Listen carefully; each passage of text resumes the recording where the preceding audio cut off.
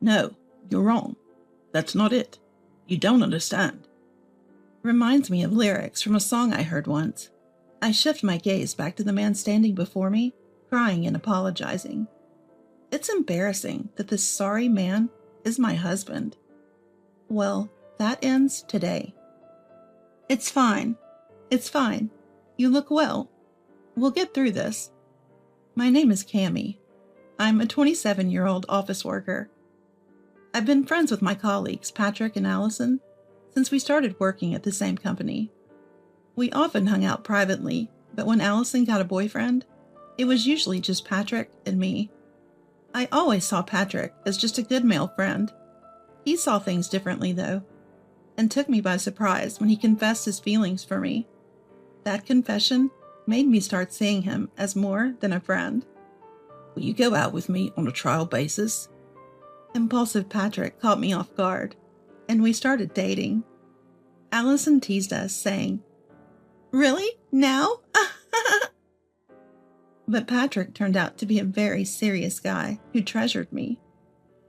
Over time, I came to feel the same way about him. A few months into our relationship, Allison announced she was marrying her longtime boyfriend and graciously asked me to give a wedding speech. "Cammie, you're next." Sure enough, the following year, Patrick and I decided to get married. Of course, I asked Allison to give a speech. Work was going well, and I was thrilled at the thought of spending the rest of my life with the man I loved. I even thought I was the happiest person in the world. How naive I was. A few months after marrying Patrick, I found out I was pregnant. "Hello, can you hear me?" Patrick would say as he touched my belly. "I don't think the baby can hear you yet." That happy conversation lasted only the first 2 weeks. Ugh, I feel sick. Is this morning sickness? Soon after, I was struck with intense nausea. Worse, I experienced both vomiting and eating types of morning sickness. I felt sick, so I ate. Then I felt sick because I ate, in a never-ending cycle. The terrifying part about morning sickness is that there's no end in sight. My phone's search history was flooded with questions like, when does morning sickness end? Comfortable positions for morning sickness. Will morning sickness last until delivery? In moments like these, I'd reassure myself daily, saying, "This too is proof the baby is growing. It'll end someday. It'll end." Just when I thought it couldn't get any worse, in walks Patrick, declaring, "I'm home. Hey, Cammie, down with morning sickness again?" Hardly the words you'd expect from a man whose wife is carrying his child. No, it's not again. I've been dealing with morning sickness constantly. Despite the effort it took to speak, Patrick blurted out, "All right, whatever. What's for dinner?" I finally lost it. "Don't you see? I've had morning sickness all day. Making dinner was out of the question." I raised my voice. Don't irritate a pregnant woman this much. Women change after marriage, they say, and it's true. You've been irritable lately, Cammie. All we've had are ready-made meals and takeout. You used to take care of yourself. He said that with a look of disdain. To add insult to injury, look at Allison's social media. She cooks all these elaborate dishes every day. I'm so jealous. What? Don't compare a housewife with no kids to a full-time pregnant woman with morning sickness. I was too drained to argue, muttering, "Whatever, I'm going to bed," as tears flowed uncontrollably. Patrick had become rather careless in how he treated me since we got married. Once you've got it, you don't need to work for it anymore, they say. Patrick was a prime example. Thoughts of divorce had crossed my mind, weighed down by financial worries, and the hope that maybe Patrick would change when our child arrived. My mental state was in shambles. Divorce takes a toll, and for someone pregnant, it's particularly harsh. Despite my struggles, our baby was growing healthily inside of me. That was the only thing keeping me going. We had a huge fight once, and I told him, "I'm going back to my parents' house." The reason? He said I was careless with housework. Think about it. Patrick and I leave and return home at the same time. On top of that, I'm pregnant. Yet Patrick says, "It's great coming home and having dinner ready." This infuriated me, leading to an argument. Most household chores fall on me anyway. Patrick's contribution is taking out the trash, I've gathered. I've told him to pitch in more, but he responded, "Nah, I'm not good with that stuff." Then go back to your parents' house. Angry and at a loss for words, Patrick picked up his phone and started talking to someone.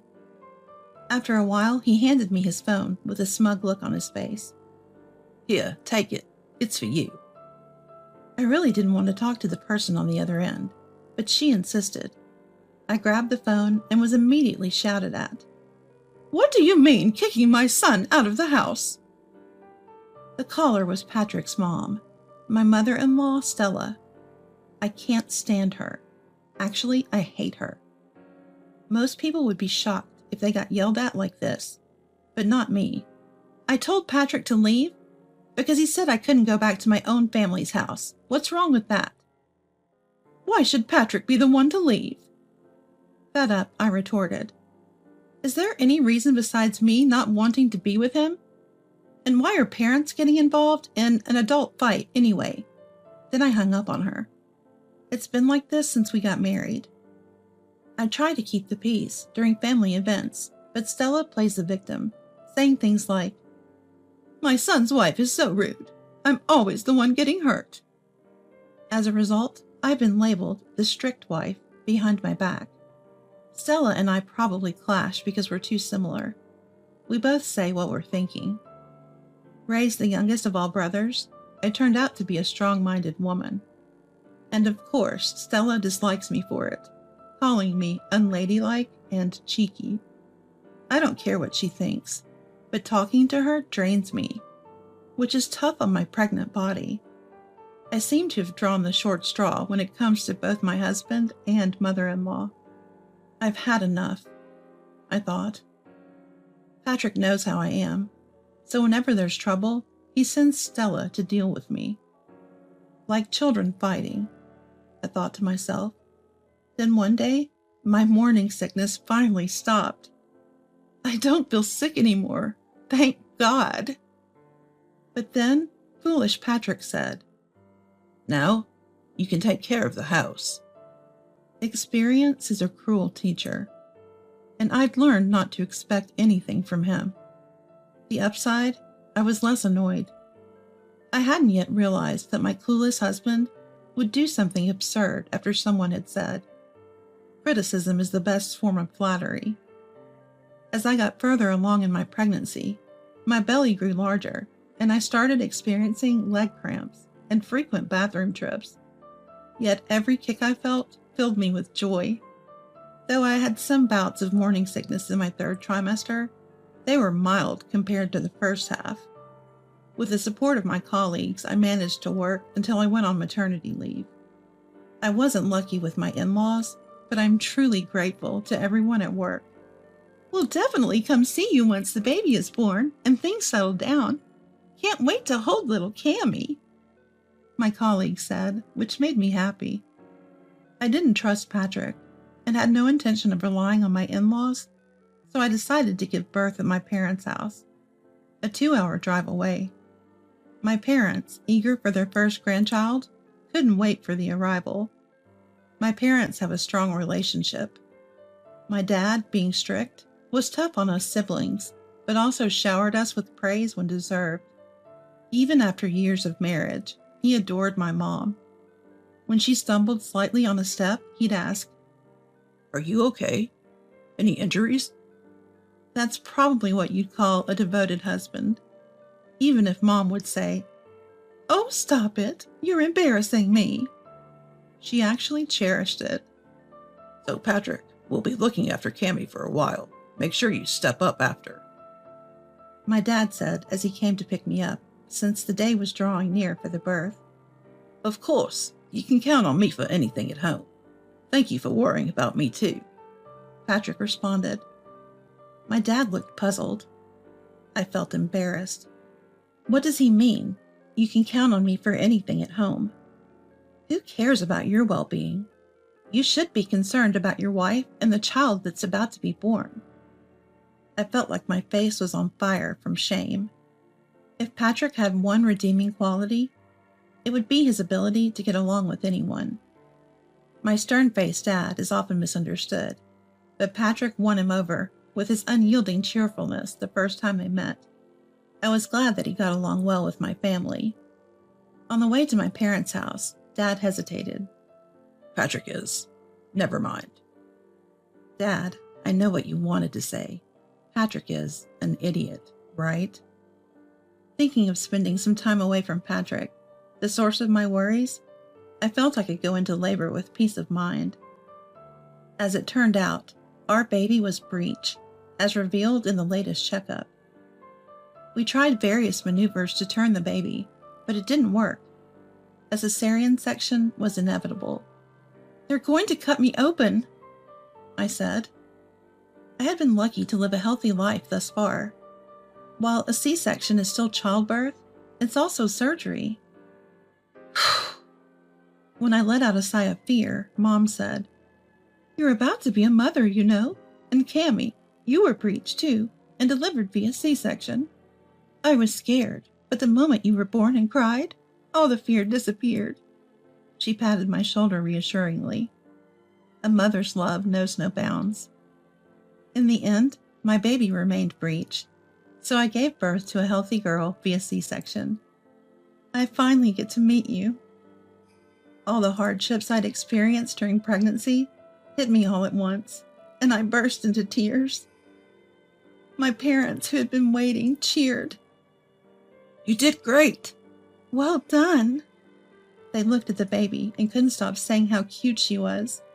My dad was even more emotional than me. By the way, Patrick wasn't there. I told him not to come.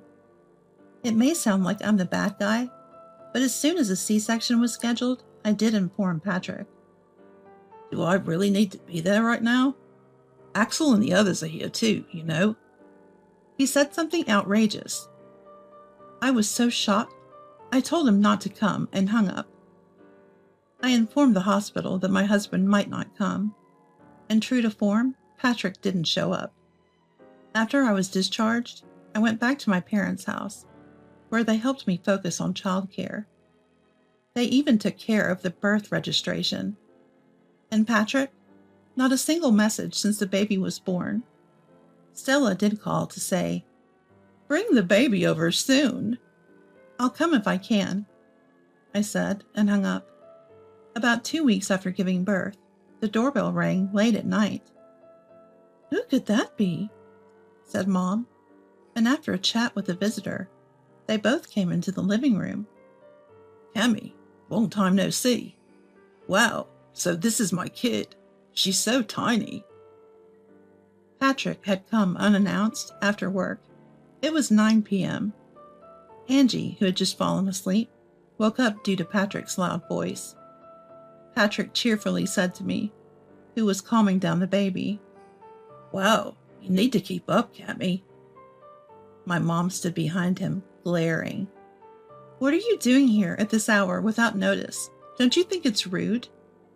And to that, Patrick replied, Mommy's as scary as ever, without even trying to soothe the crying Angie. This guy, I wanted to kick him out right then. But then Patrick said something even more outrageous. Cammie, let's go home. What? I was embarrassed to hear the unexpected words, but my voice came out in a stupid voice. I thought I'd check and see how you were doing, and you look fine. Let's go. When I was too dumbfounded to respond, he said, I mean, the house is a mess. I'm not good at cleaning up, so could you take care of it, please? Clasping his hands in front of me as if praying.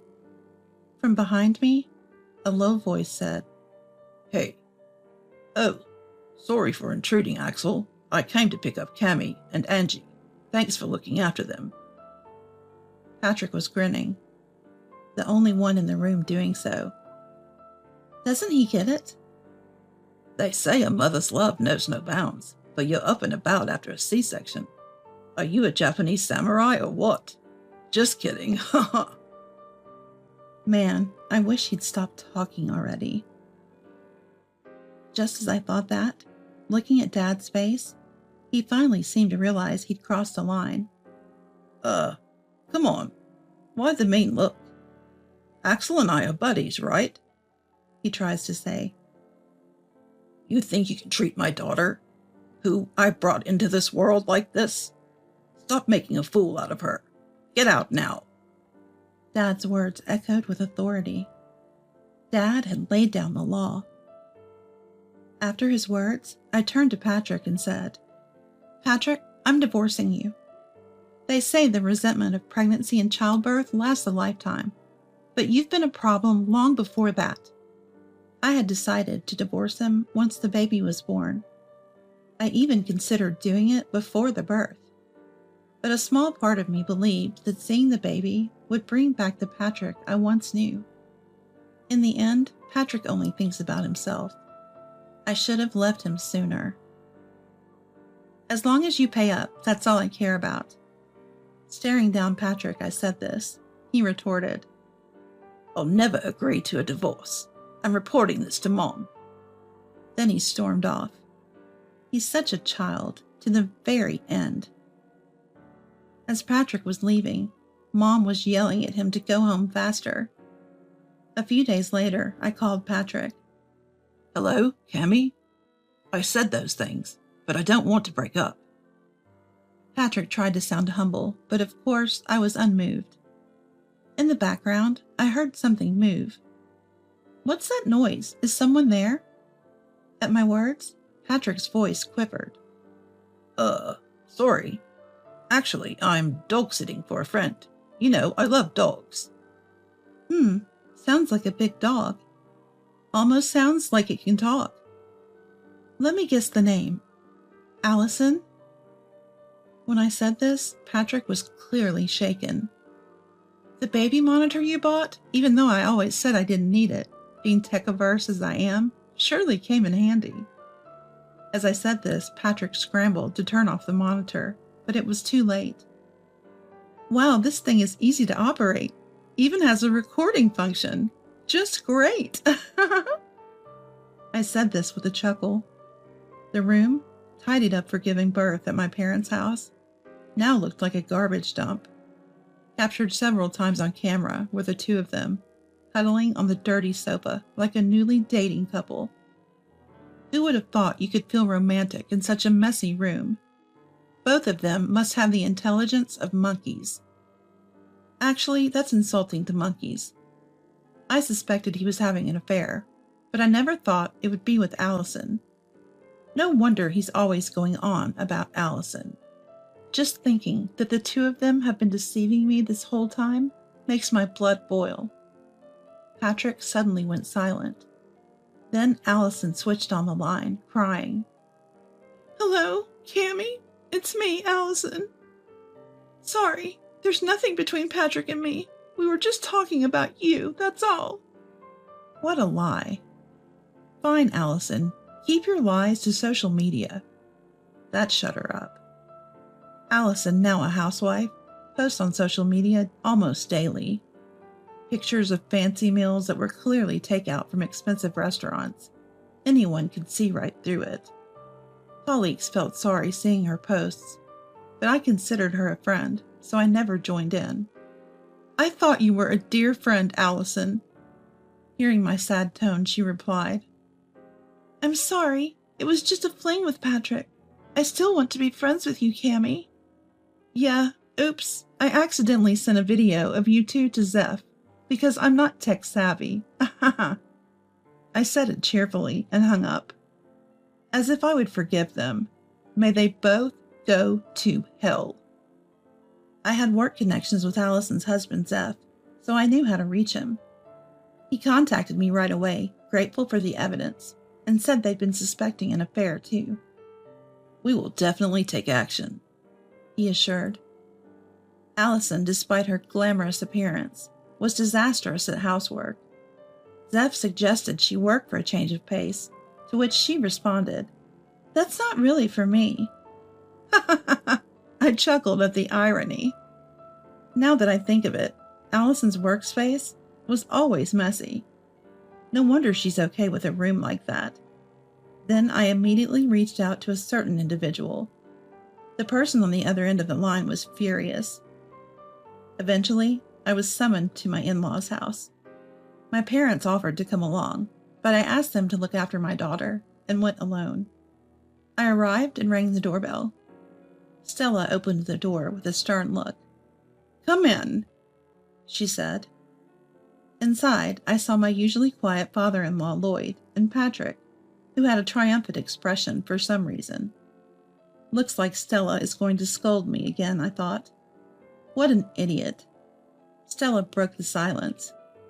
"Patrick, you told me the reason for the divorce was that Cammie had changed her mind. Is it true that you had an affair?" Patrick gave me a look as if I'd spilled the beans. "Well, you see, it was just a fling. It's over now." He spoke, eyes down, in a subdued voice. Who could have guessed it would turn out like this? Stella looked visibly annoyed. The next second, "You idiotic son!" Stella slapped Patrick hard across the face. For a moment, he looked stunned, hand on his cheek, staring at Stella. "I hate cheating men more than anything in the world." Seems like Patrick found Stella's unprecedented anger scary. He turned to Lloyd for help, who coldly said, "Don't look at me. You brought this on yourself. Suffer the consequences." Lloyd himself was shaking at the sight of Stella's fury. The person I contacted was Stella. I knew she had a severe disdain for infidelity. During a death anniversary at our parents-in-law's home, the subject of cheating came up among family members. Only Stella reacted with an extraordinary level of anger. Everyone thought, she must have been cheated on before. "Patrick, ever since I got pregnant, you've only cared about yourself. Must have been busy cheating, I guess." Stella slapped Patrick again upon hearing those words. Realizing he was cornered, Patrick sobbed and said, "No, that's not it. I swear it's not." But of course I had no intention of forgiving him. Let him suffer. When the topic of alimony and child support came up, he pleaded. "I have no money, Cammie. Please forgive me." I looked at him and said, "It's all right. You look well. You'll figure it out." I threw back the same insensitive words he had said to me 2 weeks after childbirth, telling me to come home and clean the dirty house. Upon hearing this, Patrick burst into tears again. After that, I reported Patrick's actions to his company. They promised appropriate action, but not wanting him to lose his job and default on child support, I had him transferred to a notoriously tough labor-intensive subsidiary. His parents covered the compensation. Back at his parents' house, Patrick faced harsh treatment, especially from Stella, who had always been soft on him. It served him right. As for Allison, his affair partner, she got a divorce as well. Her reason for cheating with Patrick was resentment over my constant praise at work. Made no sense. After this, Allison was disowned by her family. "I can't pay. I have no money," she shamelessly said when asked about compensation. Like that was an option. She's now working desperately to continue paying me and Zeph. My life's less glamorous now, but I couldn't care less about a friend like her. As for me, thanks to my parents' support, my daughter Angie is growing up fine. My childcare leave is about to end, and my parents decided to move closer to my workplace. We just want to be closer to Angie. But I know it's because they're worried about me. And honestly, I couldn't be more grateful. Things have been tough, but I'm committed to raising my daughter well as a single mother.